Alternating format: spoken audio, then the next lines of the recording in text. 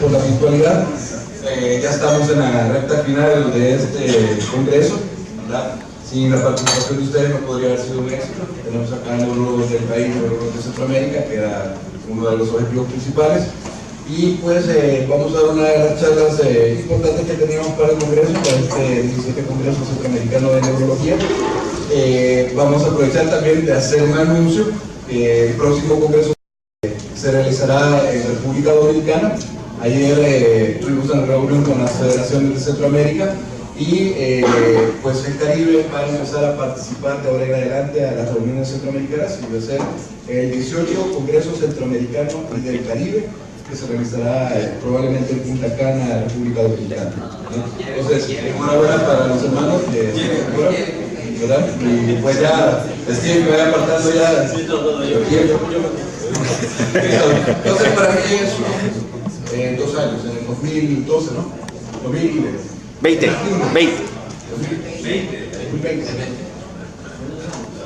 Bueno, para mí es un gran honor presentar a un amigo ya de varios años acá en el país. Él es salvadoreño, radicado en México.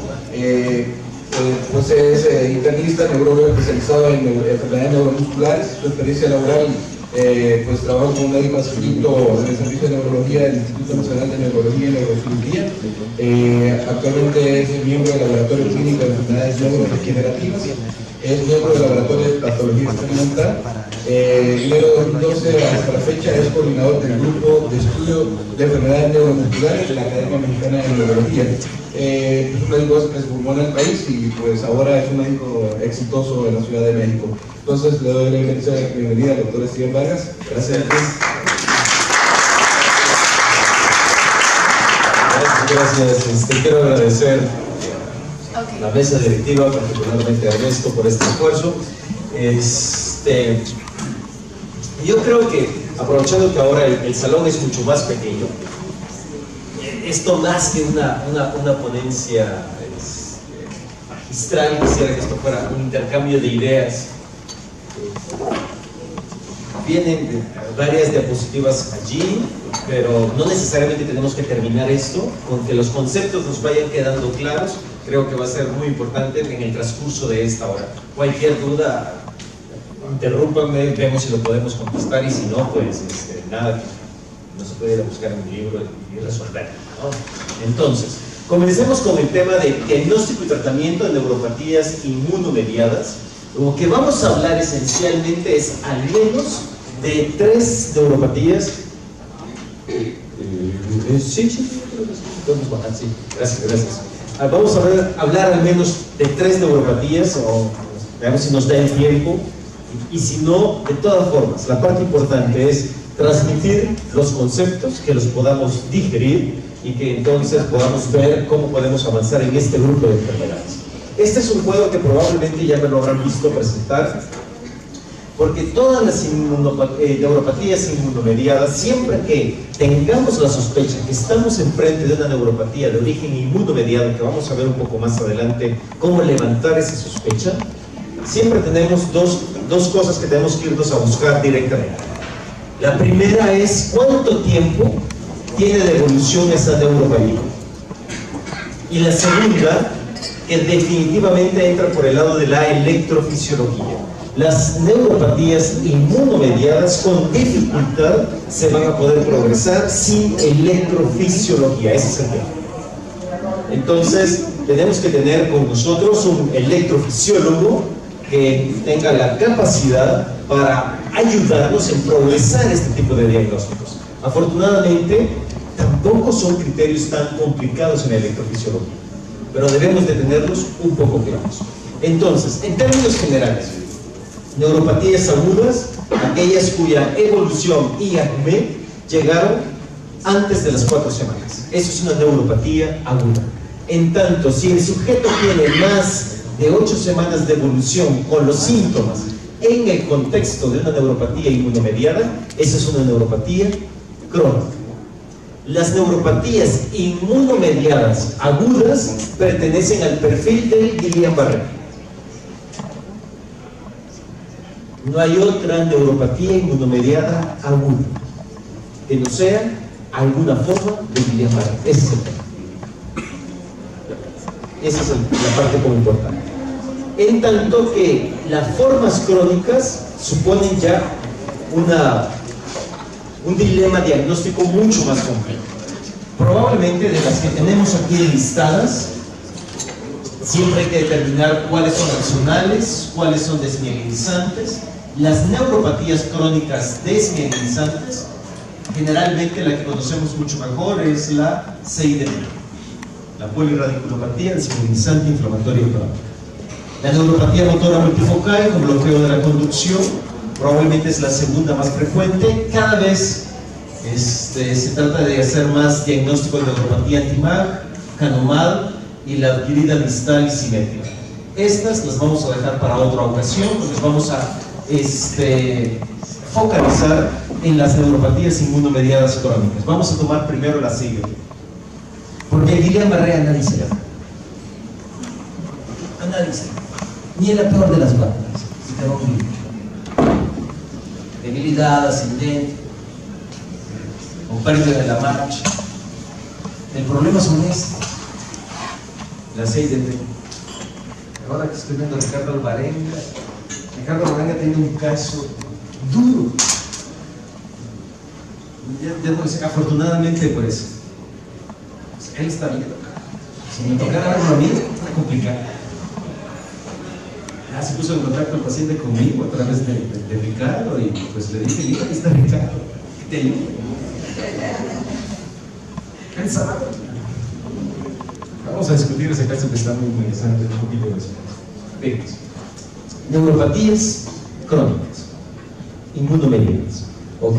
Primero es una polirradiculopatía. ¿Qué quiere decir? Que va a tener afección de extremidades, de las 4 extremidades. Y el síntoma es distal. Ese es el tema. Así comienzan los pacientes. Síntomas distales que van a afectar habitualmente las 4 extremidades. Puede que el paciente comience con los síntomas en extremidades inferiores, por ejemplo, o solo en las superiores. De hecho, si ustedes ven un paciente cuyos síntomas agudos han iniciado en extremidades superiores, descartando síndrome del túnel del carpo, eso es inmunomediado hasta no demostrar lo contrario. No existe una neuropatía de cualquier origen, tóxica, metabólica, infecciosa, que comience en extremidades superiores.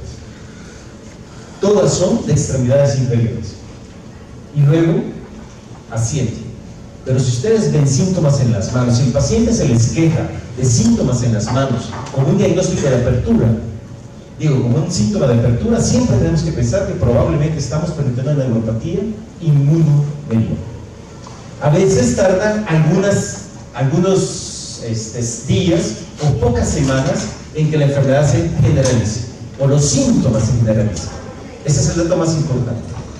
Esto es lo que en neurología llamamos una toma casi simultánea de las 4 extremidades.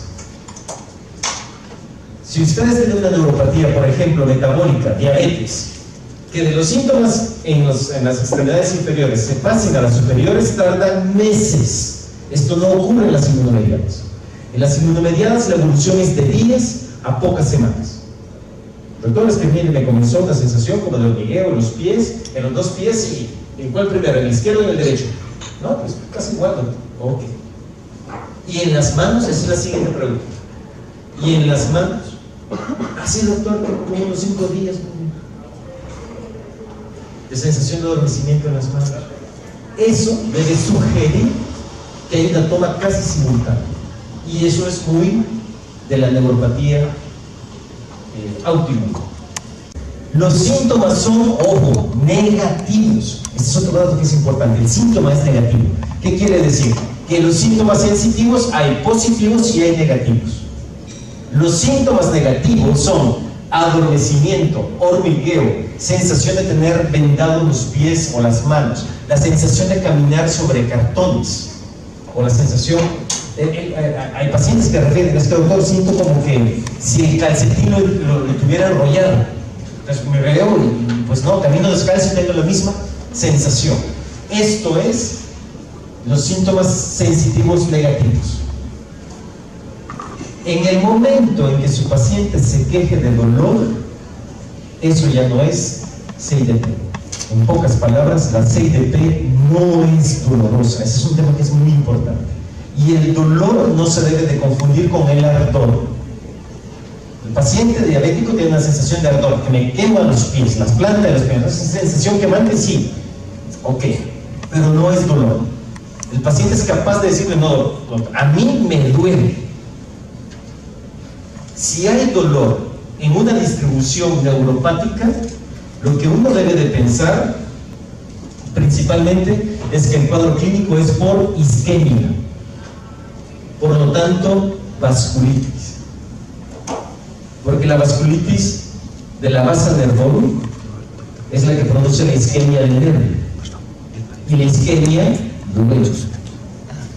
Por eso dolor como síntoma, y el paciente es capaz de decir, a ver, ¿a usted se le duele la mano o le duele? No, doctor, me duele. Oye, mire, pero no es que tengas vendada la mano, la sensación de vendada. A ver, doctor, ¿qué parte del dolor no me entiendes? Perdón, sí, me duele. El dolor es isquemia. Esto no está en la CIDP. La CIDP son síntomas negativos. El único síntoma positivo es dolor. Todas las descripciones, además de esto, son síntomas negativos. Y este es el primer inicio del paciente, que posteriormente comienza acá. Y muchas veces, pocas veces vemos esto, que el paciente progrese o motive una consulta por adormecimiento o síntomas sensitivos menores en las extremidades superiores o inferiores. Los síntomas sensitivos, nunca hemos educado lo suficiente a nuestra población para esto. Porque pues pasa el infarto cerebral, ¿no? Comienzan a tener la debilidad corporal. Y el primero que hace el paciente es, me voy a acostar a ver si me pasa. Les duele el pecho, con irradiación hacia el hombro, una sensación de opresión, con irradiación hacia el cuello. Y en vez de decir, ¿me estaré infartando?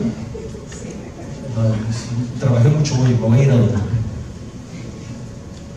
Entonces, los síntomas sensitivos generalmente no van a motivar la consulta en el paciente, lo va a motivar lo motor. En lo motor se dieron cuenta entonces que la vitamina D intramuscular no era tan buena.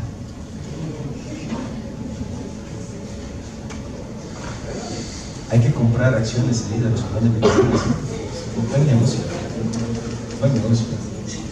Luego, estos síntomas comienzan a ser inicialmente distales, tanto de torácicos como de pélvicos, y posteriormente se hacen proximales.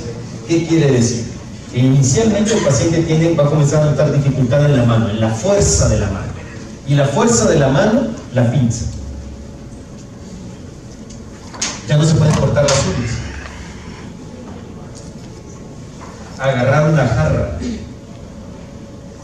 se les cae. Girar la llave para encender el vehículo, abrir el pomo de una puerta, comienzan a tenerse dificultades y ahí comienzan a afligirse, porque el miedo, les juro, no anda en burro. ¿Qué está pasando? Cuando comienzan las manos. Si comienzan los pies, ¿qué es lo que hacen? Si la debilidad comenzara en los pies, ¿qué es lo que hace el paciente? Se tropieza, chancletea primero. Como pierden, hacen la marcha en este país, entonces comienzan a escucharse por donde andan en toda la casa, porque van con el estepaje. Y en las aceras, si están muy irregulares, comienzan a tropezarse con facilidad. Ahí les comienza a preguntar. El síntoma es distal y luego comienzan síntomas proximales. Síntomas proximales. Síntomas proximales es cintura escapular, cintura pélvica. Sí, aquí tenemos también otra cintura, la escápula. Entonces tenemos problemas con el hombro y todo lo que tenga que ver con el hombro, que se vuelve entonces más complicado, porque en términos de actividades de la vida cotidiana comienzan a tener dificultad para levantar cosas pesadas por arriba de la altura del hombro. Si quieren poner una, que hay una jarra, hacer eso les cuesta. Cargar a sus hijos les cuesta. Y si la debilidad se acentúa, comienzan problemas más marcados. No pueden cepillarse los dientes, comer, tienen que acercarse para comer, peinarse, enjuagarse el cabello. Y cuando es la debilidad de la cintura pélvica, dificultad para subir escaleras, más que para bajarlas. Para bajarlas, si quieren, rodando, pero para subirla tienen muchos problemas. Todo lo que tenga que ver con el compartimiento posterior de la pierna. Si ustedes, cuando termine esta infernal conferencia, ustedes se van a levantar, y cuando se levanten, sientan qué músculo es el que se contrae para levantarse. Compartimiento posterior. Entonces eso es dificultad para subirse de la escalera, para subir pendientes, para levantarse de una silla baja, para levantarse de estos muebles minimalistas preciosos que de altura muy baja. No se pueden levantar de ello. O si el sillón está como muy acolchonado, de aquellos que te hundes, y levántate de ahí, ahí se quedó. Para levantarse de la taza del baño. Todo esto se va construyendo entonces un diagnóstico de una polineuropatía sensitivo-motora, distal, proximal, crónica. Ahí está el cuadro clínico. La pregunta es entonces, ¿qué hacer? Lo primero que se sugiere siempre es electrofisiología. Deben de tener un electrofisiólogo de confianza, porque la electrofisiología va a entrar el tratamiento. Esto que acabamos de discutir es lo que llamamos CIDP típica. Pero fíjense en términos de prevalencia. 1 de cada 2 pacientes tiene la CIDP típica. El resto, si se dan cuenta, hay otras formas de CIDP. Estas son las llamadas variantes de la CIDP.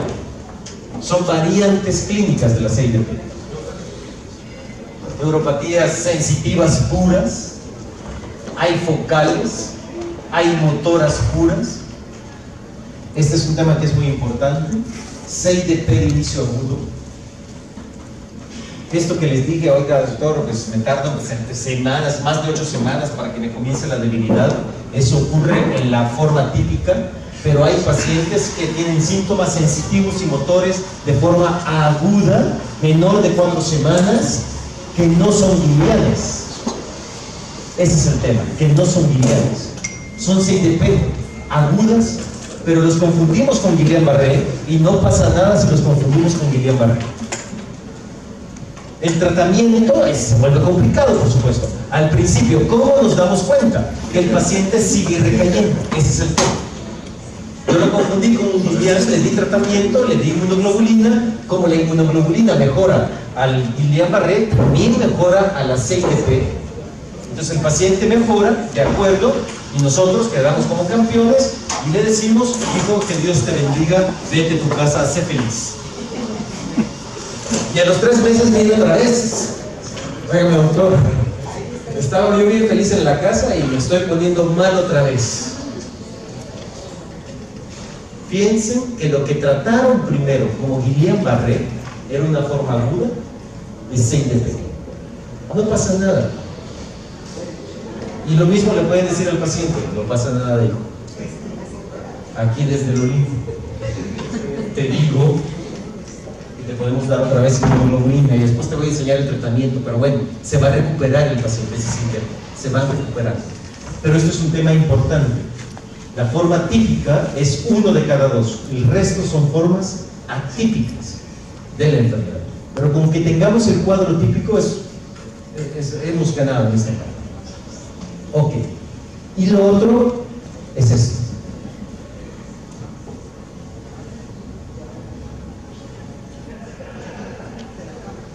Neuropatía con reflejos no es neuropatía. Si yo vengo y le saco reflejos a un paciente que yo creo que tiene neuropatía, dos conceptos. Uno, o no es neuropatía, eso es uno. Y lo otro, ¿qué? ¿A quién le puedo sacar reflejos y tiene una neuropatía? ¿Qué tipo de neuropatía es esa? La de pequeña fibra. Los reflejos van por la fibra larga. La doctora, es que mira, a mí me arden las manos y los pies en guante y calcetín. Tienes una neuropatía. Vamos y le sacamos los reflejos. Ok, la tuya es de fibra pequeña. A eso nos referimos. No se está haciendo el paciente. Tiene una neuropatía de fibra pequeña. En otro momento podemos abordar. Más de 2 meses. Pero fíjense, el electrodiagnóstico es la parte importante. Debe haber datos de desmielinización, que vamos a ver un poquito más adelante. Les recomiendo esto es una cosa que siempre uno anda mostrando a sus hijos. Yo todavía no tengo, que yo sepa. No hayan dicho. No, pero esto es un paper que publicamos en español, de hecho, en la revista mexicana de neurociencia, que es el órgano de difusión de la Academia Americana de la Academia Mexicana de Neurología. Es gratuita de entrada. Ustedes pueden entrar y pueden descargar la guía de práctica clínica. Está como muy condensado qué podemos hacer en estos casos, pero aquí viene la definición electrofisiológica. Es una cosa que es muy importante. La desmielinización es un criterio que el electrofisiólogo les tiene que decir. Eso entra por electrofisio, no entra por clínica, eso es por electrofisio. Discutiremos un poquito más adelante. Una cosa que es importante es, oiga, ¿y cuál es la causa de la CIDP? No lo sabemos. Sabemos que es inmunológica, porque responde a maniobras inmunológicas, pero no sabemos cuál es la causa. El equipo, esto vamos hablando hace muchísimo tiempo, la neurofacina es una proteína, es un anticuerpo, perdón, es una proteína paranodal que tendría que ver con estas enfermedades. Y lo que se descubrió el equipo de Luis Fuerol en Barcelona, en el laboratorio de Isabel Hila, que hay un anticuerpo IgG4 dirigido contra una proteína de membrana que se llama neurofacina paranodal. Es responsable de la enfermedad, pero esto en apenas 5% de pacientes, en menos, de hecho, 5% de pacientes. En pocas palabras, buscar anticuerpo en CIDP es poco útil. Es poco útil. El tratamiento entonces sigue siendo sobre el lado de la clínica, la electrofisiología y, si ustedes gustan, función lumbar. Porque van a ver el mismo dato que en Guillain-Barré, la disociación proteico-citológica. Ahí construyen el diagnóstico. Si tienen suficiente experiencia clínica, con solo el cuadro clínico y la electrofisiología ya hacen el diagnóstico. Pero si hay alguna duda, pueden picar al paciente. Y si sale disociado, tiene CIDP. Tan fácil como una neuropatía. Síntomas: sensitivo-motores de 4 extremidades distales y proximales, con una electrofisiología desmielinizante y una punción lumbar con disociación proteico-citológica. Tienes el diagnóstico de CIDP. Hay gente que cobra para hacer esto.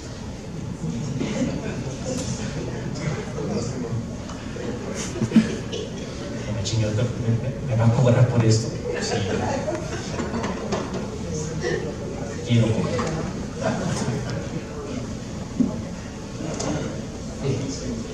Si ven mucho temblor, esto es un dato muy importante. La neurofacina está asociada a una neuropatía que tiene mucho temblor. Doctor, ¿por qué me tiembla? Deje de tomar café. No tomo café, doctor. Perdón. Sí. Fue un congreso anoche. ¿A dónde? Allá en El Salvador. ¿Con quién? Con los neurólogos. No. ¿Y en qué mesa te sentaste? Pues estaba Ernesto por ahí. No.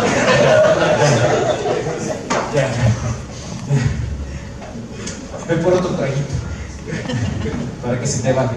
Pero si no te sentaste en la mesa de Ernesto, entonces no. Y tienes la debilidad. Confinado en silla de ruedas. Esta es una silla de ruedas con mucho temblor. Eso llama la atención. Para hacer una neuropatía tienes mucho temblor. Ese es el dato. Y esto se asocia con la neurofusivo 1, es la 155 IgG4. Es una inmunoglobulina IgG4. Vamos progresando rápidamente eso. Estos pacientes puede que no respondan a inmunoglobulina. 5% de pacientes puede que no responda a inmunoglobulina. La recomendación es rituximab, que vamos a discutir un poquito más adelante. ¿Qué podemos hacer en los casos de CIDP resistente a tratamiento? ¿Qué es resistente a tratamiento? Es resistente a inmunoglobulina. Rituximab, del mismo equipo, Luis Perol e Isabel Hidler. Ok. Pero para la forma clásica de la enfermedad, ¿cuál es el tratamiento de la forma clásica de la enfermedad? Existen al menos 3 tipos de tratamiento: corticosteroides, inmunoglobulina, plasmaféresis. La primera línea de tratamiento. De hecho, la primera línea de tratamiento en realidad es, si nos vamos a la literatura, inmunoglobulina. Es la primera línea de tratamiento. Si yo tengo un paciente con diagnóstico de CIDP, mi obligación es tratarlo con inmunoglobulina humana polivalente.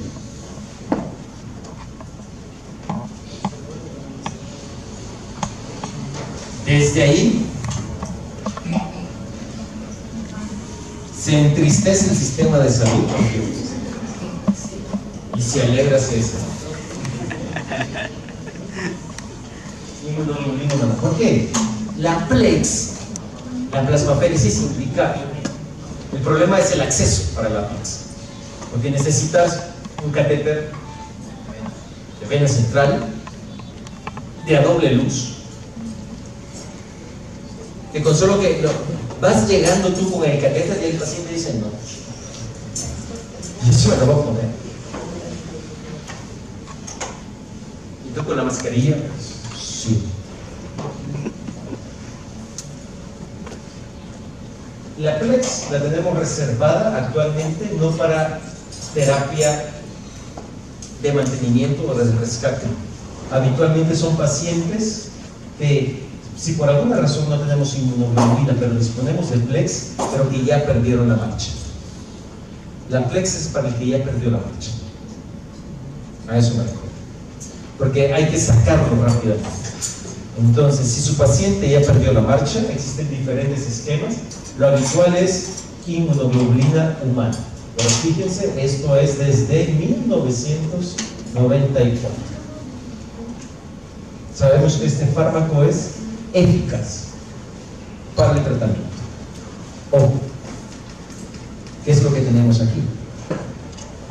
Inmunoglobulina humana está aprobado para Guillain-Barré y para CIDP con un nivel de evidencia clase 1. El mejor nivel de evidencia del que se dispone en la medicina. Clase 1. Ahora, ¿en dónde no es eficaz la inmunoglobulina? Y todavía lo debemos poner: esclerosis múltiple, Alzheimer, neuropatía antimama, miositis por cuerpos de inclusión y síndrome postpolio. Aquí el nivel de evidencia que dijo no funciona es clase 1.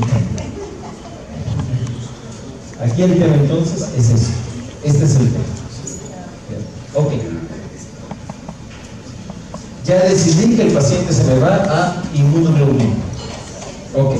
Conceptos a retener. La dosis es empírica. La dosis es empírica. ¿Empírica de dónde? ¿Quién dijo 2 gramos por kilo fraccionado en 5 días? Bering.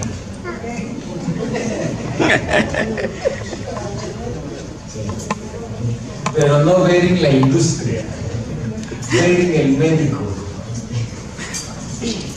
que por supuesto yo el negocio y su industria hasta la fecha. Cecil Bering. Bering era un médico austriaco que dijo: yo soy Juan Cabanilla y te doy 2 gramos. No existe una explicación biológica de por qué damos 2 gramos por kilo. Acabar con eso lo dijo Bering. Y Bering dijo: y lo damos en 5 días. ¿Por qué? Porque el hospital cerraba sábado y domingo. No iba. Por eso está fraccionado en 5 días.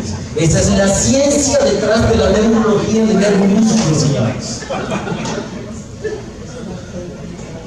Esos son los verdaderos criterios neurológicos. 5 días. Por eso ocupamos 5 días. Él no iba a trabajar sábado y domingo. Entonces, bueno, te la paso cuando yo esté en el hospital. 5 días. Ok. Ojo, este es un tema que es muy importante. 2 gramos por kilo fraccionado en 5 días. A medida que el sujeto va recibiendo cada vez más inmunoglobulina, ustedes pueden acortar los días. Y lo pueden acortar hasta 2 días.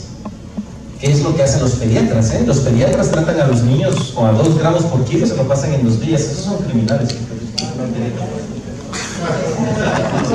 Yo les tengo miedo. Son pasivos agresivos.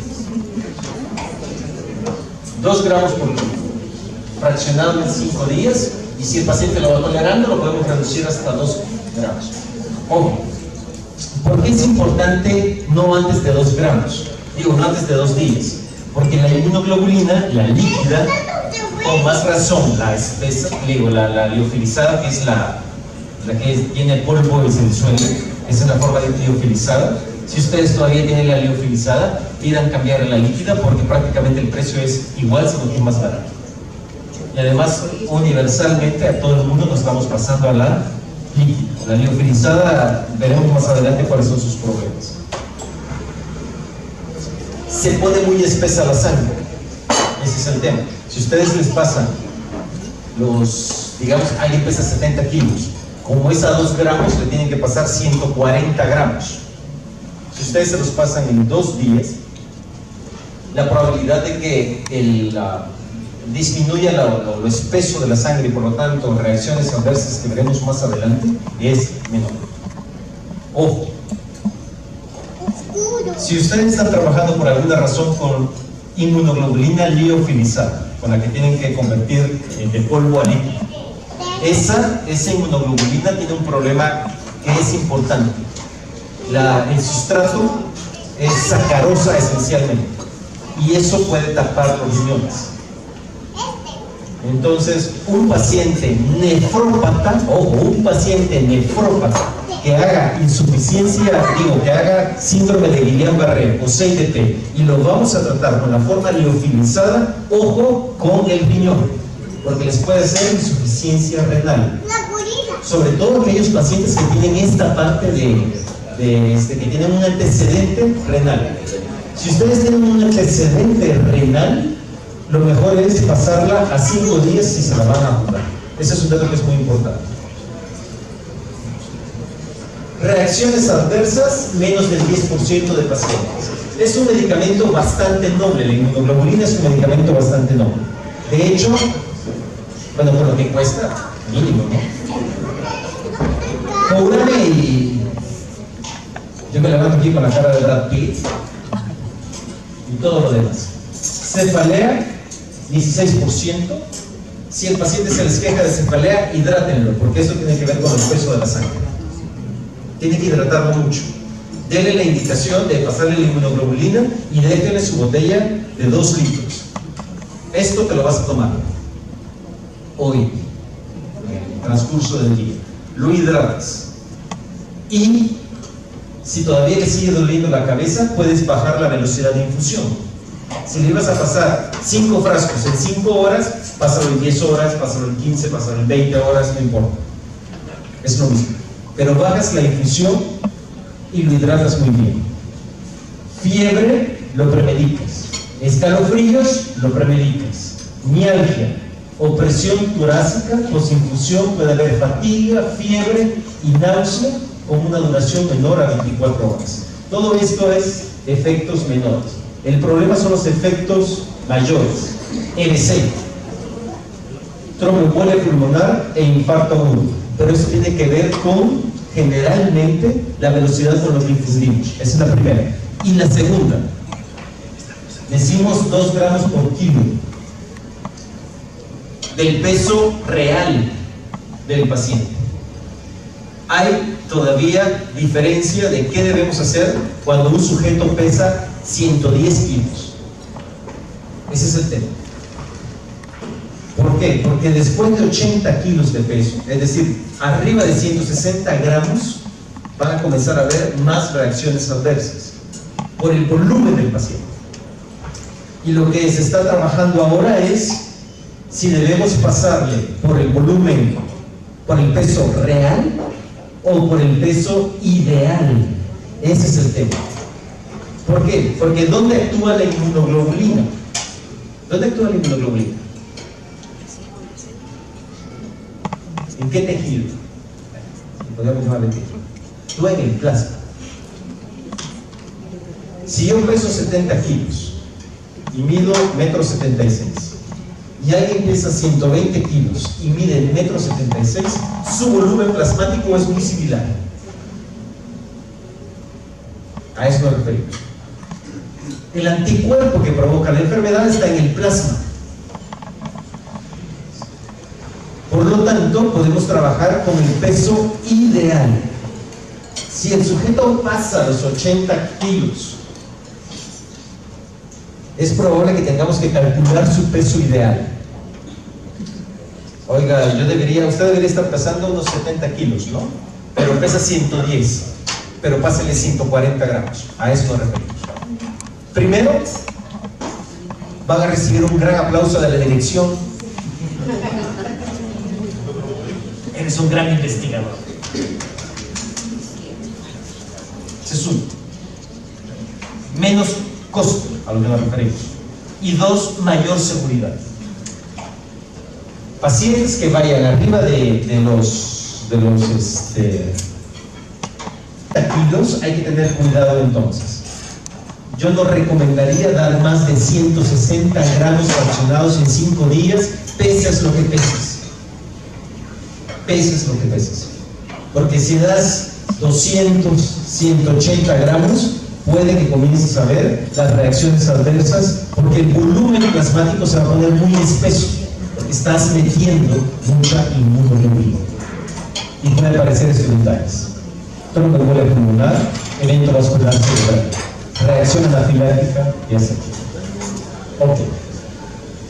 En el mercado hay diferentes opciones de inmunoglobulinas. Hay muchas farmacéuticas actualmente que nos dan inmunoglobulinas. Ojo, este es un concepto que es importante. Y lo tomo del inglés, se los dejo exactamente. Esta es una recomendación de la EMA. There is no documented evidence that one is more efficacious than other for a given disorder.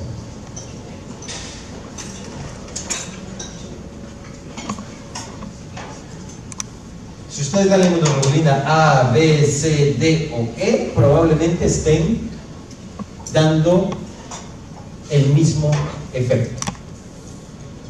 Si tu tratamiento es inmunoglobulina, no importa la marca. A eso nos referimos. No importa la marca.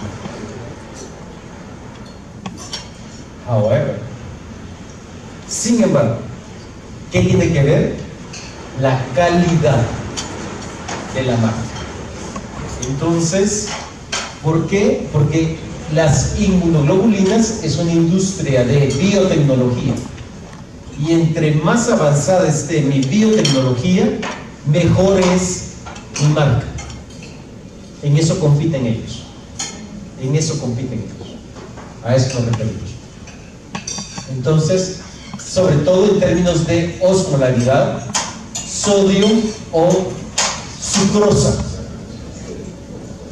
La liofilizada, la forma liofilizada, la forma que tiene que convertir el polvo en líquido, es una forma que es rica en sucrosa. Y la sucrosa es la que tapa los nefrones y son las que hacen la insuficiencia renal. Entonces, si ustedes encuentran en el mercado de todas las que están, no sé cuáles están actualmente en el mercado salvadoreño o centroamericano en general, la osmolaridad, el sodio sucrosa baja, son preferibles porque tienen menores efectos adversos. Oiga, doctor, ¿y eso cómo lo sé? Esta tabla nos habla de más o menos cuál es los diferentes, algunos de los productos y la velocidad de infusión. Entre más alta sea tu velocidad de infusión, probablemente tengas menor cantidad de sucrosa, sodio y osmolaridad. Si se los quiero dejar resumidos, Baxter, 6 ml por kilo. Celberen, 4.8 por kilo. Y Octafarm, 5 por kilo. Probablemente sean las 3 inmunoglobulinas con mejor calidad de manufactura. La indicación podremos ser lo mismo, pero de manufactura, probablemente las 3 que acabamos de mencionar. Este es un estudio que es conocido como el estudio PRIMA. Fue liderado por el doctor Jean-Marc Léger en la Pitié Salpêtrière. Y él toma Privigen, en este caso, para el tratamiento de CIDP. El estudio fue a favor, por supuesto. El estudio previo fue un estudio hecho en Londres, dirigido más bien en Londres por el doctor Hughes. El estudio se llama ICE y este es el estudio PRIMA. Los dos estudios que demuestran el uso de inmunoglobulina en CIDP. El estudio ICE ocupó la marca Gamunex, el estudio PRIMA ocupó la marca de Privigen. Este es para la inmunoglobulina intravenosa. No vamos a discutir un poco, pero lo que quisiera avanzar un poco es este tema. Las subcutáneas. La industria farmacéutica se está moviendo a inmunoglobulina subcutánea. Lo mismo que están haciendo con los niños. Lo mismo que están haciendo con los niños. La subcutánea es una administración mucho más amigable.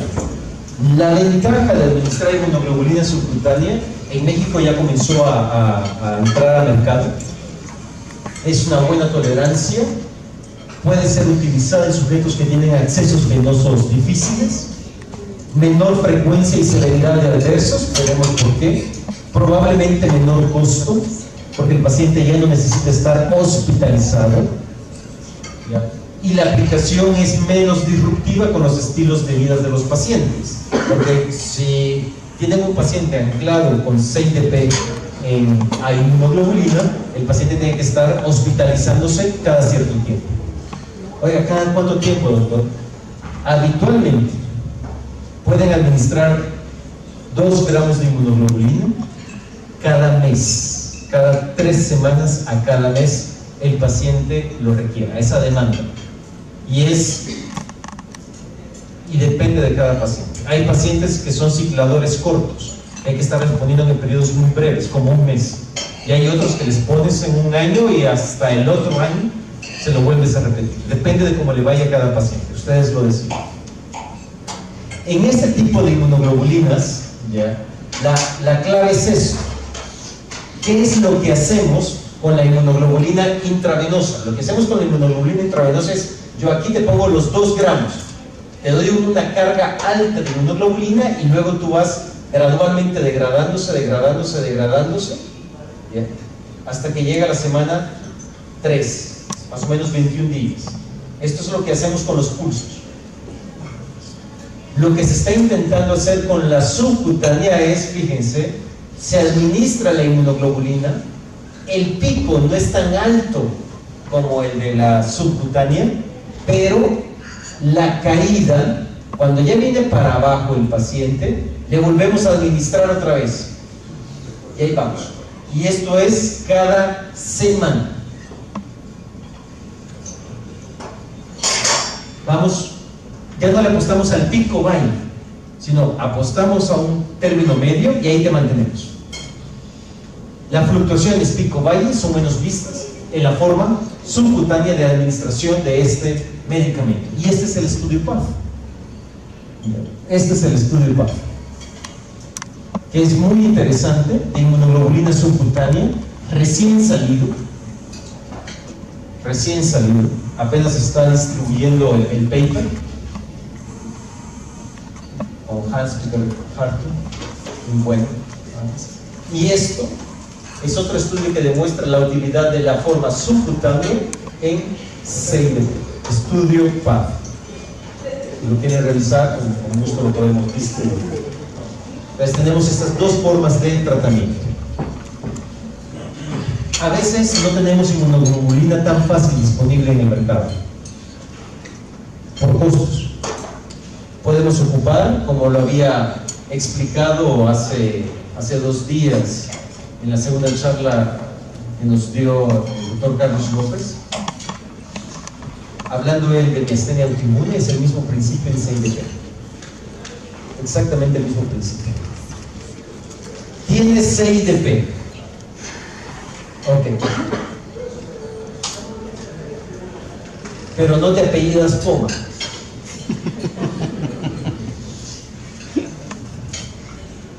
Ni Bukele.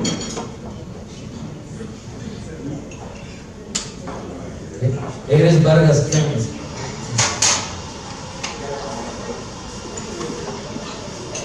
Una alternativa podría ser esteroide.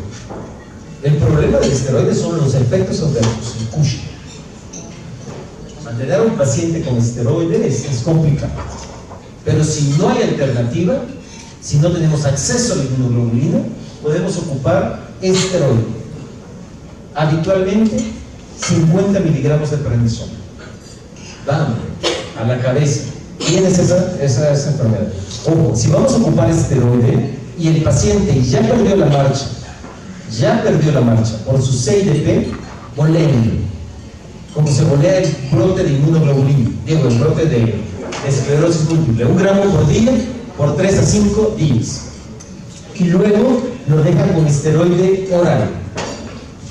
Le avisan que se va a poner redonda la cara, hinchado de los pies, un tono rojizo de la piel,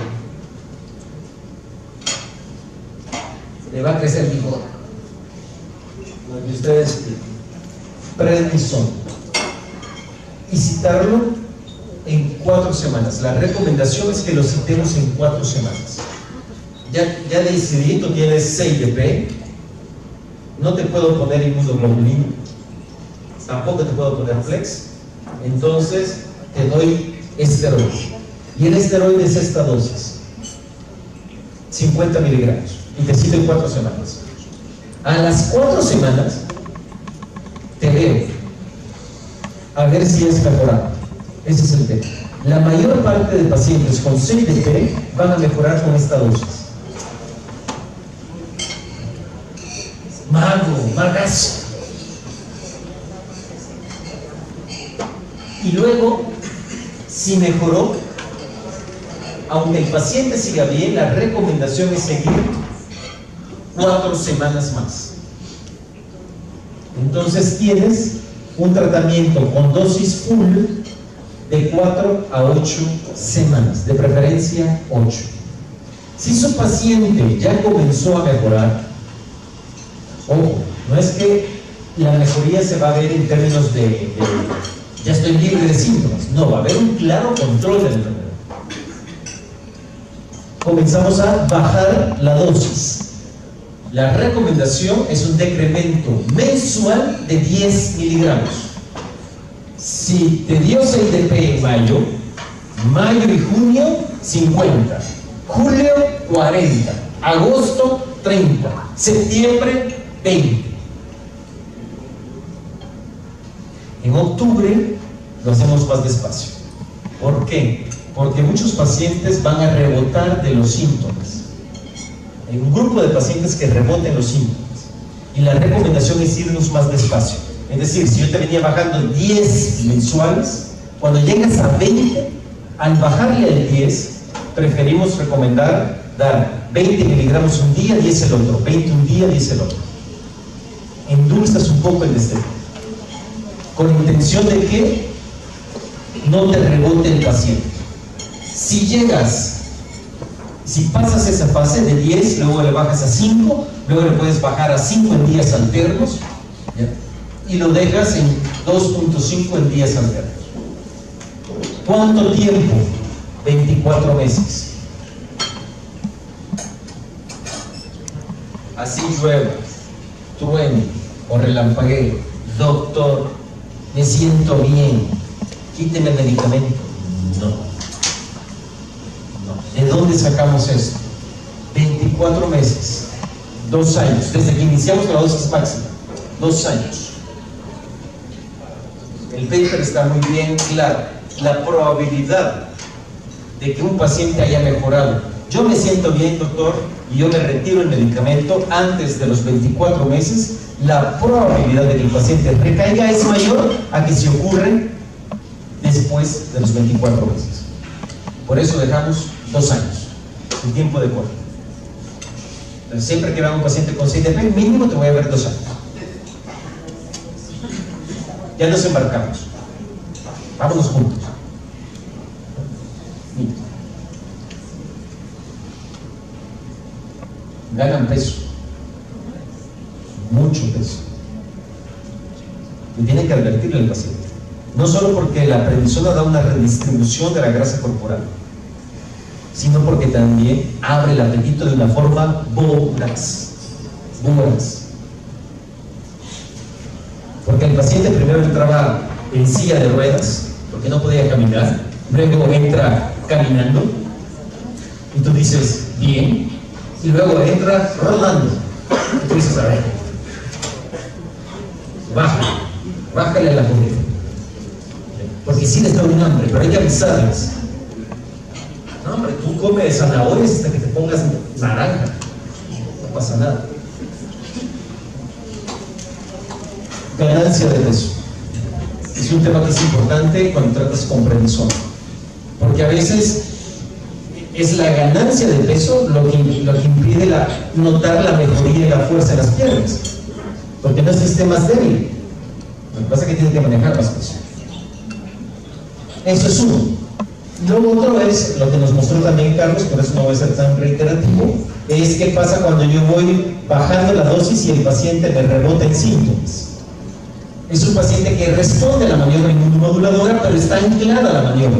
Porque si yo le bajo la dosis, el paciente recae. Pero como no te puedo mantener tanto tiempo con esas dosis, de esteroides sobre todo, entonces lo que hago es introducirte un inmunomodulador, un ahorrador de esteroides. Primero lo que hago es, como te bajé la dosis, digamos a 30, te la subo otra vez a 40, a donde estabas bien antes. Doctor, yo toleré 30 bien, pero me bajó 20 y ya no me siento tan bien. Me puedo muy tomes otra vez los 30. Y en ese momento, sabemos que el paciente es un respondedor dependiente del inmunomodulador, pero ¿qué tengo que hacer? Esto fue lo que me pasó con el esteroide. Entonces, en ese momento yo escojo un ahorrador de esteroide. ¿Cuál? Por orden de evidencia: azathioprina, metrotexato, mofetil micofenolato. Cualquiera de los tres. Y por evidencia, azathioprina, metrotexato, mofetil micofenolato. Azathioprina 1 a 2 miligramos por kilo. Metrotexate hasta 25 miligramos semanales. Celcet o mofetil micofenolato 2 gramos por kilo, 1 gramo cada 12 horas. Y hago esto: te introduzco entonces, te levanto la dosis del esteroide, que es la flecha azul, y en la flecha verde yo introduzco el ahorrador de esteroide. Y el ahorrador de esteroide lo mantengo junto con la dosis de prednisona por al menos 2 a 3 meses. ¿Por qué? Porque es el tiempo que tarda un ahorrador de esteroide en tomar control de una enfermedad inmunológica. Si yo lo desteto antes, el paciente se va a volver a caer en síntomas, pero por este tema, porque no es que sea falla al ahorrador, sino que retiré muy rápido la prednisona, que es lo que lo sostiene. Y entonces, cuando esto ocurre y vemos que ya pasamos 2 a 3 meses, entonces yo le sigo su tratamiento ahorrador de esteroide y comienzo a destetar otra vez la prednisona. Y ahí lo mantengo. Ahí lo mantengo.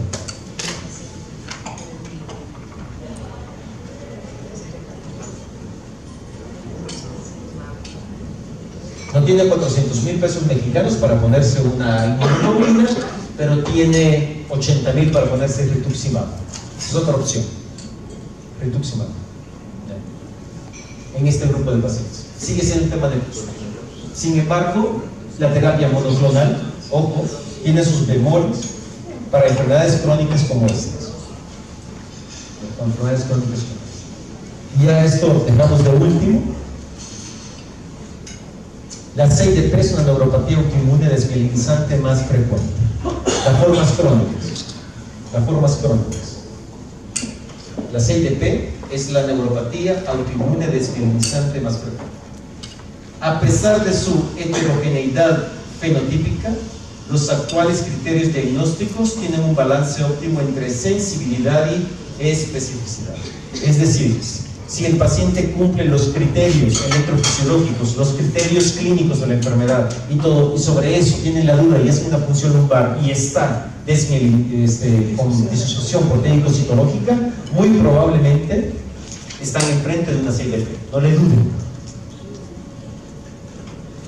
O se considera por mucho la parte crónica del síndrome de Guillain-Barré por sus similitudes clínicas, electrofisiológicas e histopatológicas, pero en patogenia, evolución y comportamiento clínico con respuesta a la terapia y pronóstico se asemeja más a la esclerosis múltiple.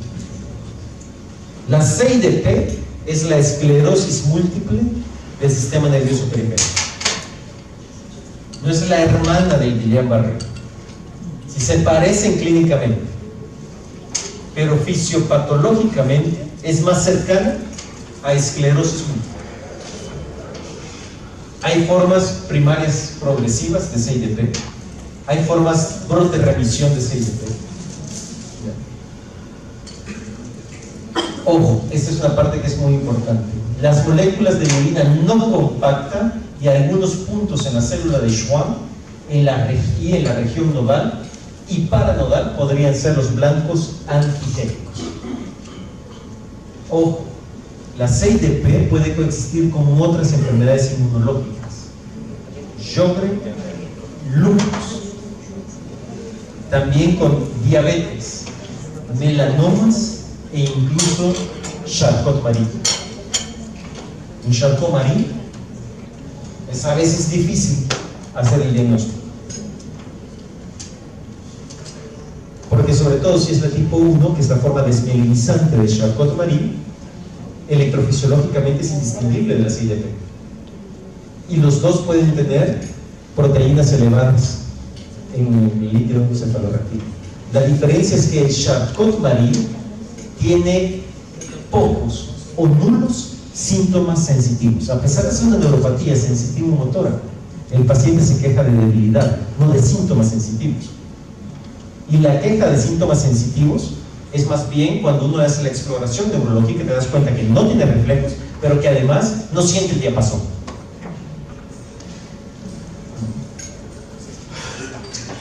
Corticosteroides, inmunoglobulina intravenosa y plasmaféresis son los tratamientos de primera línea a corto plazo. Cualquiera de los tres podemos ocupar como terapia de inducción, es decir, yo quiero sacar a mi paciente, sobre todo si ya perdió la marcha. Puedo ocupar corticosteroides, 1 gramo por kilo, 1 gramo por al día, metilprednisolona por 5 días. Inmunoglobulina humana polivalente, 2 gramos fraccionados en 5 días. Plasmaféresis, 5 sesiones. Lo saco. Primera línea. Y luego, para el manejo crónico, lo recomendado es inmunoglobulina. Porque el esteroide tiene mucho problema de efecto adverso. Pero si no tenemos otra opción, se puede utilizar también esteroide. Cuidado con la diabetes. Cuidado con la diabetes. ¿Cuántos de aquí no tenemos familiares diabéticos? Que levanten la mano. 1, 2, 3, 4, 5, 6, 7. 8. ¿Cuánto? 8 de 30. El resto tenemos familiares de diabetes. La diabetes está muy frecuente. Entonces, por tratar de sacar un paciente de CIDP, no le vayamos a dejar a la diabetes. Porque sale más caro el caldo que la salud. Vamos a dejarlo hasta aquí, lo dejamos en CIDP nada más. Las otras que traíamos era esencialmente de neuropatía motora multifocal, con bloqueo de la conducción y algunos sistemas terapéuticos en Guillain-Barré, pero creo que podemos centrar la plática actual en CIDP. Es probablemente una de las condiciones médicas que son de difícil diagnóstico inicialmente, sobre todo por su heterogeneidad, y luego una vez diagnosticado el tratamiento se vuelve más simple, pero la forma es esto. ¿Tenemos alguna pregunta? Con confianza, con confianza. ¿Alguna preguntita? Ricardo. Solo quiero que me aclares algo. Cuando tú dices que llevo esta neuropatía que ya le catalogé como y dentro del esquema de abordaje que yo concluí, ahora usando un par y ¿cuánto es el tiempo de esa institución? O sea, porque el concepto que uno tiene en general de los que también tiene tiempo. Sí, pero si estoy pensando que esa persona tiene 8 semanas de evolución, probablemente ya está disociada. La CIDP, salvo que sea la forma de inicio agudo, el acute onset, que es indistinguible clínicamente de un Guillain-Barré, salvo que la CIDP de inicio agudo no tiene toma de nervios craneales, como estamos acostumbrados a ver en el síndrome de Guillain-Barré, la disociación proteico-citológica se sostiene en el momento de inicio. Ojo, en el Guillain-Barré, la disociación proteico-citológica la puedes encontrar hasta 8 meses después del evento agudo. 8 meses después. Por eso no es muy útil diferenciar un Guillain-Barré de una CIDP de inicio agudo si yo te hago la punción lumbar a las 4 meses. Porque sí puedo ver la disociación, siendo esto todavía un Guillain-Barré. Lo que no sucede en el Guillain-Barré es que después de 4 semanas el paciente siga con recaídas sostenidas. O en situaciones muy excepcionales, un Guillain-Barré puede recaer. Hay dos conceptos ahí: recaída y recurrencia. La recaída es: te dio Guillain-Barré, te di tratamiento, mejoraste y vuelves a tener como un pico de debilidad. Eso es recaída. Si ocurre dentro de los primeros 3 meses de iniciado el cuadro de Guillain-Barré. Si te dio Guillain-Barré hace 10 años y te vuelve a dar ahora, eso es recurrencia. Recaída es una degradación del estado clínico todavía en un primer evento. Y la recurrencia es que han pasado al menos 2 años. En general, el síndrome de Guillain-Barré se puede clasificar como la varicela, te va a dar solo una vez en la vida, no siempre. Hay recurrencias del Guillain-Barré. Hay recurrencias. Y entonces, para la punción lumbar, probablemente nos será poco útil para diferenciar CIDP de Guillain-Barré. Será poco útil. Lo que nos va a guiar es que el paciente sigue recayendo. Entonces tú le metes otra vez la maniobra inmunomoduladora y lo recuperas. ¿Tú sabes? Ah, ok, te acuerdo. Usted está por el lado de más probablemente una CIDP. Porque hay CIDP de CIDP. La forma es que se enseña el blister de la prednisona, le enseñas desde aquí y el paciente comienza a mejorar. Y en otros, estás con el tema de le das esteroide, le das inmunoglobulina, le das flex, rituximab, alentosumab, natalizumab, el gran poder de Dios. Chingado, no jala. No jala. Que creo que es el que tienes. Ya mejoró.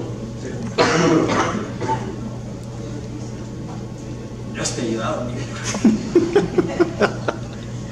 Ese caso sí está complejo. Porque además era un caso muy raro, es la única vez que lo he visto, y vaya que hemos visto muchas CIDP a lo largo del tiempo. El caso de Ricardo era una diplegia, una diparesia, porque la debilidad no era paraparética como estamos hablando.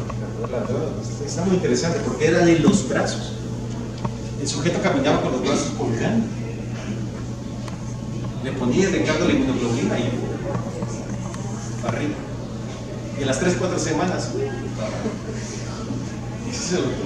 pero ya mejoró. Sí, está como sí, se ha mantenido las recaídas al inicio, eran casi cada 3-4 semanas en la mayoría ha mejorado. Y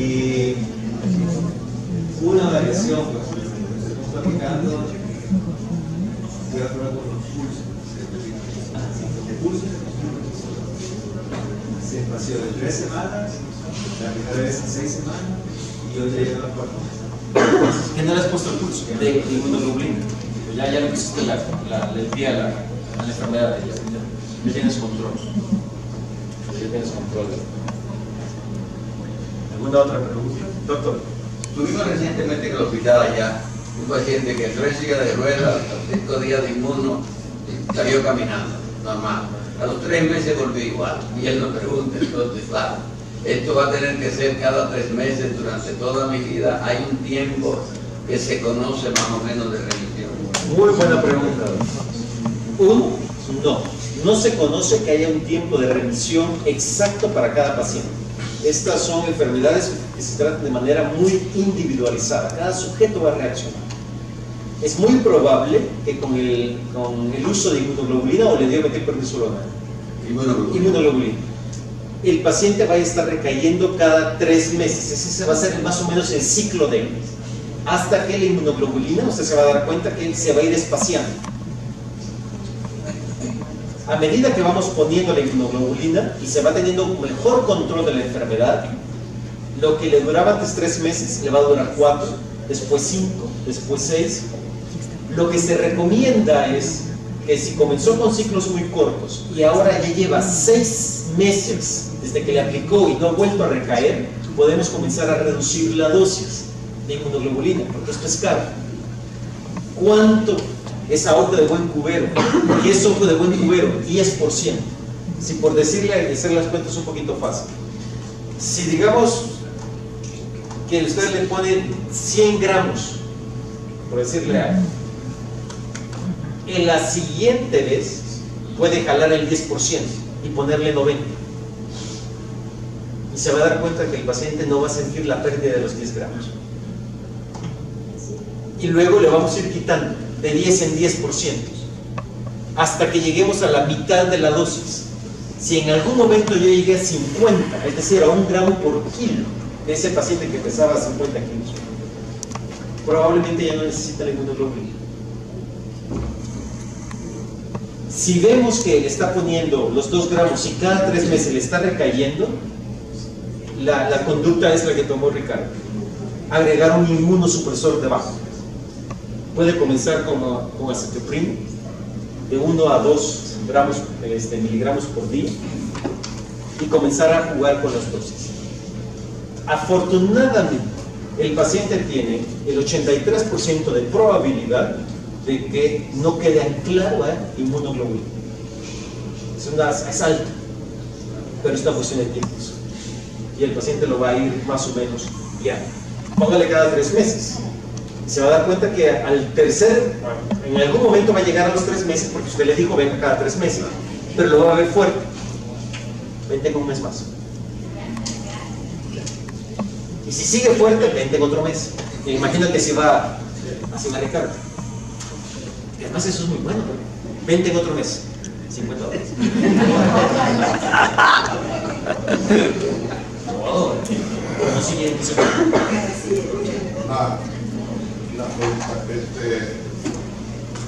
La disociación en el líquido se encuentra hasta 7 o 9 meses después del inicio del medicamento. Entonces tenemos problemas a veces en la UCI con pacientes ya más reventilados y que la mejoría ha sido muy poca. Y entonces solicitan ellos nueva inmunoglobulina, sí. Entonces, como un fármaco de mucho criterio administrativo, entonces se les complica un poco más la parte médica. Un nuevo estudio neurofisiológico no aumenta en nada. Y se les está poniendo la condición de una función humana. Y sí, está la proteína alta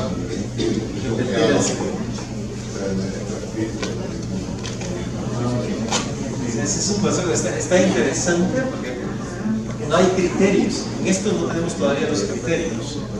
Pero desde el punto de vista neurológico, si un paciente le dio Guillain-Barré, que fue malo, se fue a ventilación mecánica, y es un paciente que queda encamado, dependiente de un ventilador, por una debilidad muscular importante, repetir plasmaféresis o inmunoglobulina después de la 4ª semana del evento es poco útil. Es poco útil. La disociación proteico-citológica se va a sostener aun cuando el proceso autoinmune ya está desactivado naturalmente. Volver a repetir el tratamiento no va a ayudar, ni cambiar la maniobra. Es decir, le di inmunoglobulina, son 3 meses y todavía sigue anclado el ventilador, démosle Plex, no va a jalar. Ese paciente tiene más bien una forma grave de Guillain-Barré. Entonces tú dices, somos neurólogos, estamos muy cerca de Dios, pero no somos. Entonces va a estar ahí el paciente. Entiendo la presión que tienen los servicios de terapia intensiva, porque la forma de pensamiento del intensivista es diferente a la del neurólogo en ese aspecto. Nosotros somos mucho más tolerantes. Si el paciente después de 4 semanas está en esta condición médica, no, le dio una forma grave de Guillain-Barré, repetir el ciclo no nos va a servir. La electrofisiología tampoco. Lo que va a necesitar ese paciente es rehabilitación física y pulmonar. Y lo que aguanta. La presencia de la disociación no va a indicar actividad. No indica actividad óptima. porque los procesos de desmielinización después de la etapa aguda persisten durante un cierto tiempo y luego la vida media de la albúmina es alta, que es la principal inmunoglobulina, la principal proteína que se ve en el líquido suprarraquídeo. Cuando ustedes les dicen, oiga, disociación proteico-citológica es principalmente albúmina. Y la otra es la proteína básica de la mielina, cuya vida media es muy larga. Entonces va a estar circulando y va a estar circulando. Va a estar circulando. Lo que le pueda decir en algún momento es que si llegó con 200 de miligramos por decilitro de proteína, si se la hacen 4 meses andará en 100. Ya se va depurando, pero no indica que hay actividad de la enfermedad. Y si ha aumentado, tampoco. Es poco probable que ocurra eso en la práctica clínica, que aumente la proteína rápida. Si eso ocurre en otros contextos, uno debería pensar en CIDP, pero la CIDP, de forma extraordinariamente inusual, se va a ventilación mecánica. Si tuvo un cuadro muy agudo, ese es Guillain. Que le fue mal es otra cosa. Ese es el tema. Ese es el tema. Y no desesperarnos porque pues, tampoco le estamos dando ahora. Yo he estado en el fisiólogo y lógicamente cacha muchos de estos pacientes después de 4 o 6 meses y mandan una sospecha de CIDP. Sobre todo si el proceso de desmielinización persiste. Ese es un tema. Ojo, aunque la mayor parte de pacientes que probablemente estemos viendo en El Salvador o todas en el área centroamericana y el Caribe sean formas axonales más que las desmielinizantes. Creo que esa es una forma más común. Entonces, sí. Entonces, no hay CIDP axonal. Ese es el otro tema. Sí. Si desde el principio el paciente te dijo el doctor, esto es AMAN, entonces jamás se va a poder dar el diagnóstico de CIDP, porque el CIDP es a la base desmielinizante. En el nombre lo lleva, polirradiculopatía desmielinizante inflamatoria crónica. Entonces no hay caldo de pollo sin pollo. Ese es el tema. Y esa es la parte como importante. Siempre va a haber entonces un proceso. Ahora, el problema es que si él lo reporta como desmielinizante y el problema persiste, entonces sí podemos ver que a lo mejor se puede detectar una forma grave de CIDP. Ahí sí, pero inusualmente se le va a ir a ventilación mecánica. Inusualmente se va a ir a ventilación mecánica. No estamos acostumbrados a ver que la CIDP se nos vaya a ventilación mecánica. Todos estos pacientitos son ventilados. Sí, Guillain-Barré, porque nos da el accional. Ojo, si ustedes reciben un Guillain-Barré en la unidad de urgencias antes de 7 días, ese es signo de mal pronóstico. O sea, el paciente ya motivó la consulta a un servicio de urgencias antes de 7 días de evolución del cuadro clínico. Es decir, el cuadro va galopante. Y en lo que se instala la maniobra, sea inmunoglobulina o plasmaféresis, incluso el paciente puede seguir evolucionando y se les va a ventilación mecánica. Si usted dice, oiga doctor, me vino caminando, y esto sobre todo para hablar con los familiares, ¿no? Le voy a poner la inmunoglobulina, pero esta enfermedad puede que le siga avanzando a pesar de que ya inicié la maniobra apropiada. Y eso es también lo que nosotros debemos estar atentos, porque no crean que la inmunoglobulina hace su efecto de forma inmediata. En lo que lo vamos administrando, el paciente puede seguir debilitándose y requerir ventilación mecánica, o en lo que lo vamos administrando presenta disautonomías y hay que pasarlo a la UTI. De hecho, todo paciente con Guillain-Barré debe manejarse en UTI por el tema de las disautonomías. No tanto por si ya les llegó un PUS de 5 y está ventilado, pues ya eso se puede sostener casi en cualquier servicio. El problema es la disautonomía. Si una arritmia puede ser fatal. Hay estadísticas o por lo menos algunos datos que correlacionen el número, digamos, de Guillain-Barré, casos de Guillain-Barré, y en qué porcentaje podrían ser estos CIDP Guillain-Barré light. 16%, no vamos a ver la diversificación, 16%.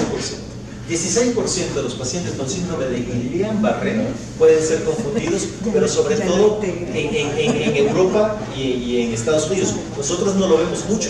¿Por qué? Porque el 80% nuestro es axonal. Entonces, el 20% es desmielitizante. Y de ese 20%, un 10% o un 16% se puede confundir. Por eso no lo vemos mucho nosotros en la práctica clínica. Pero porque nuestro Guillain-Barré es axonal. Más forma axonal que desmielitizante. Y esto, vamos para avanzarles, el AMAN y el AMSAN dejarán de ser Guillains. Dejarán de ser Guillains, no, son nodopatías. Son otro modelo de enfermedad. Son otro modelo de enfermedad. Se parecen lo mismo, pero ya los entendemos un poco mejor. Eventualmente se van a dar cuenta de que las formas que decimos Guillain-Barré axonal tendrán otro nombre. Y les van a decir, no, esta es una nodopatía. Para la forma desmielitizante. Y ahí sí, con CIDP aumentaría. Así es, ahí sí.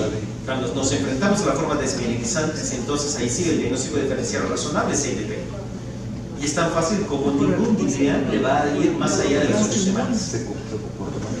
Si uno está tratando a un paciente Guillain-Barré con recaídas y es desmielitizante el electrofisio y pasa después de 8 semanas, ojo, ese paciente es más bien una CIDP.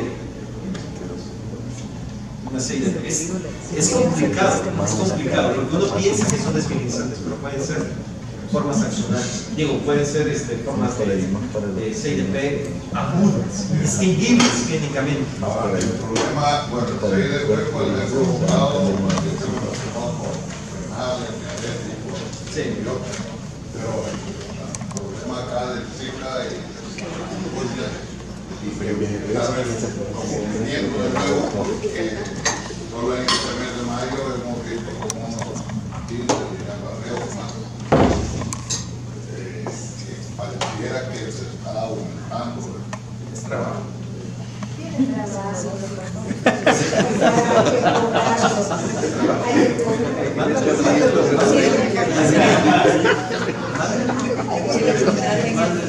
Y puede ser, la pregunta sería si estos Guillain-Barré que supuestamente estuvieran en relación con Zika y el chikungunya y el CIDP también podría estar en. Sí, podría ser, no le pudiera dar una explicación. La literatura hasta el momento no reporta casos de CIDP asociados a chikungunya o Zika. Lo que sí puede estar asociado es a polirradiculoneuritis. Es diferente a Guillain-Barré o CIDP. Es una forma crónica, es una inflamación de la raíz y del nervio periférico, ¿ya?, que clínicamente da una debilidad proximal y distal que parece Guillain-Barré, pero esto, digo que parece Guillain-Barré efectivamente, pero estos mejoran con metilprednisolona, no tanto con pero estos pueden incluso acompañarse de dolor. Claro, y esto se acompaña de dolor. El cuadro clínico es diferente. Ahora, les soy sincero, esa información la van a producir ustedes y no nosotros. Eso me queda claro. Porque en México no estamos viendo el Zika y el chikungunya por la altura. El vector no se mueve mucho, no sube. Y las formas, como México era una zona muy para dengue, muy endémica para dengue, se lanzaron mucho control contra el Aedes. Por eso no nos pegó tanto. Y desconocemos entonces cuál es el comportamiento de esta enfermedad. Entonces, seguramente los casos los van a estar viendo ustedes, sin lugar a dudas. Y quien ve el caso, cuenta la historia. Ahí no cuenta la historia. O sea, así venga a Estados Unidos y a ver, yo les voy a decir que hay, no, porque tú no has visto un solo caso. Te dieron unos 3 o 4 ahí en Miami y crees que ya tienes. No. Esa es información que va a venir de ustedes, sin lugar a dudas. Si esto tiene variantes, la información que vamos a necesitar nosotros es la que van a producir ustedes. No hay vuelta de otra. En cuanto a la inmunoglobulina, la CIDP, bueno, usualmente uno lo pone como cada 4 o 6 semanas, pero cuando yo empiezo a espaciar, ¿en qué momento es el Después de 3 meses. Buena pregunta. Después de 3 meses. ¿Y hasta qué punto ya lo suspendo? Cuando te llegues, cuando vayas ampliando la dosis, bajando la dosis de inmunoglobulina en 10%, Y si, por ejemplo, tu paciente necesitaba 120 gramos de inmunoglobulina y en algún momento ya llegaste a la mitad, 60 gramos, probablemente ese paciente ya no requiere inmunoglobulina, no sueltas. O sea, lo que uno disminuye es la dosis y no el tiempo en que se lo coloca. Buena pregunta también. Efectivamente, antes de espaciar los intervalos de aplicación, se baja la dosis. Y una vez la dosis a 1 gramo por kilo, entonces sí puedes comenzar a ampliar los intervalos de aplicación. ¿Y ahí no sería conveniente el inmunomodulador? También, por supuesto. Si ves que la cosa está cara, puedes introducir un ahorrador, así como este ahorrador de esteroide, así puede ser ahorrador de inmunoglobulina. De lo contrario, si no hay mejoría, después de cuánto tiempo nosotros decidimos ocupar el 3 meses. Los mismos. Es el mismo principio. ¿Cuánto tiempo le doy yo a la inmunoglobulina para decir este paciente es refractario a inmunoglobulina? Le di 3 meses, 2 gramos por kilo, y el paciente me sigue igual o peor. Entonces dices, refractario a inmunoglobulina, lo escalo a rituximab. Lo escalo a rituximab. Las terapias tienen que ser al menos de 3 meses. Corticosteroide e inmunoglobulina son 3 meses dosis full. Si yo inicié esteroides, 1 miligramo por kilo. Si yo inicié inmunoglobulina, son 2 gramos por kilo. A 3 meses. ¿No has mejorado? Te subo. Te subo. Si no has perdido la marcha, te escalo a rituximab. Si perdiste la marcha, te rescato con plasmaferes y te pongo rituximab después de la plasma, si no lo hagas. Después de la plasma. La plasmaféresis, hay estudios de tiempo prolongado. En plasmaféresis sí, el problema es la vía, el acceso. Entonces tienes que dejarle un sistema de circuitos, una fístula, justamente una fístula, y entonces el manejo se vuelve un poquito más complicado para el paciente. Porque la fístula habitualmente son distales, la vena es delgada, y cuando la máquina comienza a jalar la sangre, se colapsa la vena. Y entonces comienzas a estarte peleando con la máquina para hacer la limpieza. Teníamos un pacientito, pero que no era para hacer el tema, sino para entonces se colocó un ferrocarril que en teoría dura hasta 3 años de funcionamiento. Ahora, con ferrocarril para CIDP puede ser, podría pronunciar, sí. E igual, si tienes un paciente anclado a inmunoglobulina, le puedes poner un puerto. Si ya sabes que tú no respondes con otra cosa que no sea inmunoglobulina, te pongo el puerto. Y ahí estoy picando. Bueno, como se está doctor, hay muchos pacientes de que empiezan con la debilidad, la sintomatología, se van para X médico, vitamina.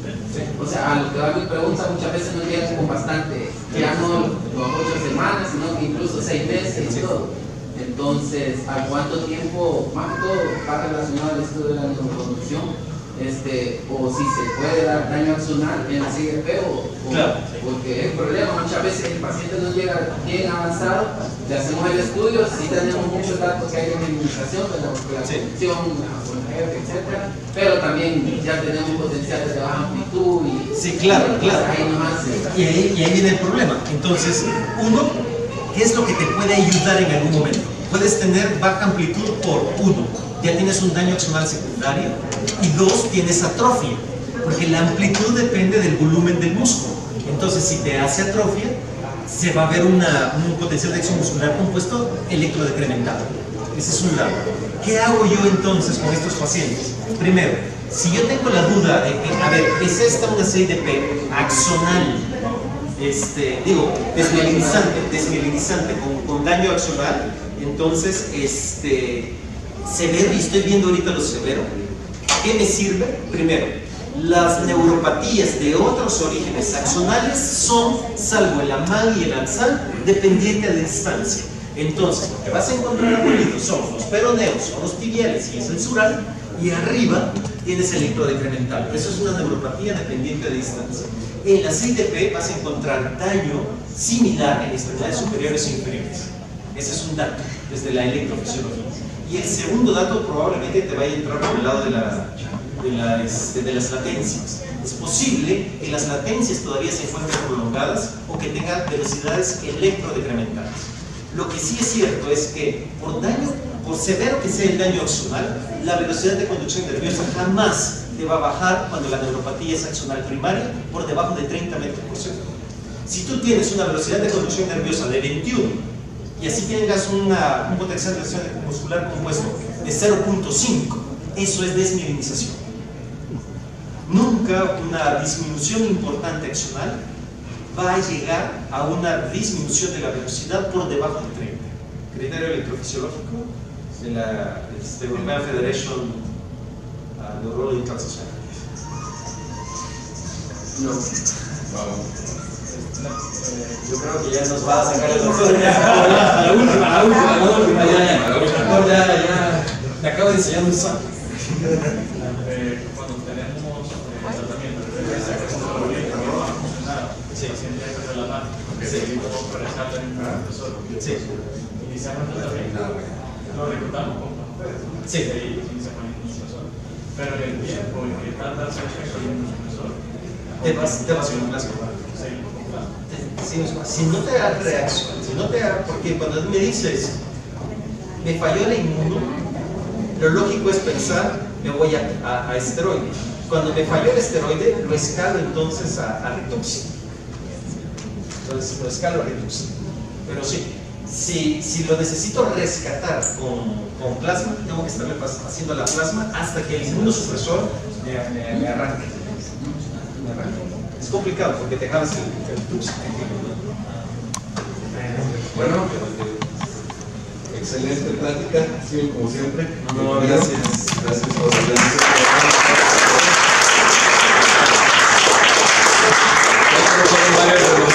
colegas centroamericanos, pero esperamos que el Congreso haya sido de un nivel adecuado, ¿verdad?, de lo que esperamos, de sus expectativas. Y gracias por haber venido a nuestro país. Creo que la mayoría ya no lo vamos a ver.